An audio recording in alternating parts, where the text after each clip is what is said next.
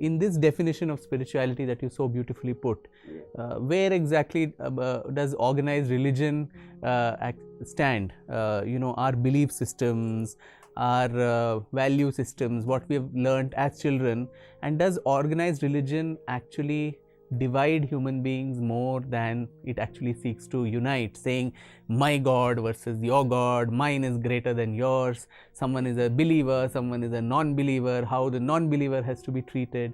So this conflict between organized religion and true spirituality, can there be no spirituality possible in religion, or has religion been corrupted so much that the spirituality has gone out of the window and it's only rituals and meaningless things which are left behind? A very relevant question, Vikram. You see, all religions started with enlightened ones. Islam started with Prophet Muhammad, the great enlightened figure. Likewise, Christianity had Jesus, the great enlightened person. Hinduism had enlightened masters, a series of enlightened masters who contributed to the growth of Hinduism. But the tragedy happened with all the religions.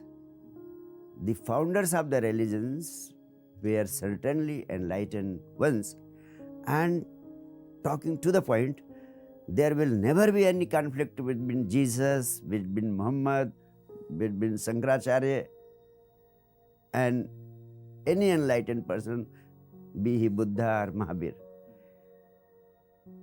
Enlightened ones will have no conflict and had no conflict, and they can never come in conflict because they are in fact one. But after they disappeared, the command came into the hands of the mob, into the hands of the followers, and they started formulating rules, regulations, dogmas and principles.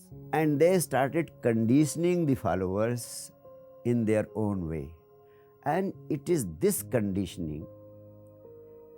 Islam had its own conditioning, Hinduism had its own conditioning, and Christianity had its own conditioning, Judaism has its own conditioning. This conditioning, the process of conditioning, spoiled the beauty of the enlightened masters who had founded the religion with an intention to enlighten the masses, to make them free from miseries. Their intention was to provide freedom from miseries. But it is because of the conditioning and because of the narrow-minded approach that spirituality became confined to the following of certain religious practices and rituals. And then the essence of spirituality was dropped, only the outward facade of spirituality continued in the name of ritualism. And this is what has been continuing through the ages and has been the fundamental cause of conflict, wars, and so many ills of the society for which all the nations and humanity has been facing.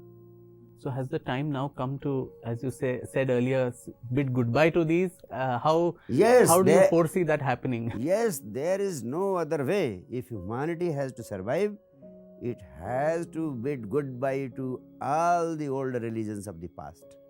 Without that, humanity cannot live in peace.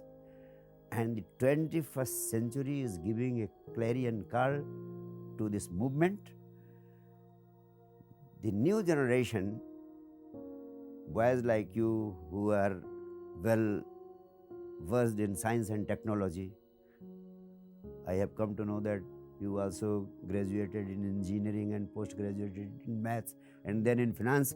I wonder how you turned to be such a big historian.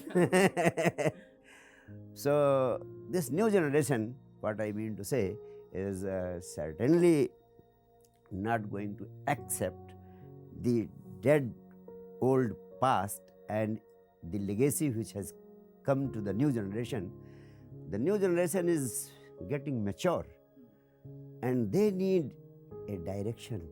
They need a vision, if right vision is offered to them, they are ready to do away with all the unnecessary conflicts, differences, and animosities. They are all bent upon putting an end to it. Hindus, Muslims, Sikhs, Christians, they all, the new generation is at a very large scale ready to put an end to all this nonsense. Simply they need a little encouragement. The situation is ripe. They simply need a push. Some right people are needed to give this push, and very soon it is bound to happen. It is going to happen. Guruji, that brings me to my next question on this whole concept of God as we think of him or her, whether it is in the forms that is described in our spiritual books, in our scriptures, where we say, is he there or not there? Is there a God or not? Does he know or doesn't he know?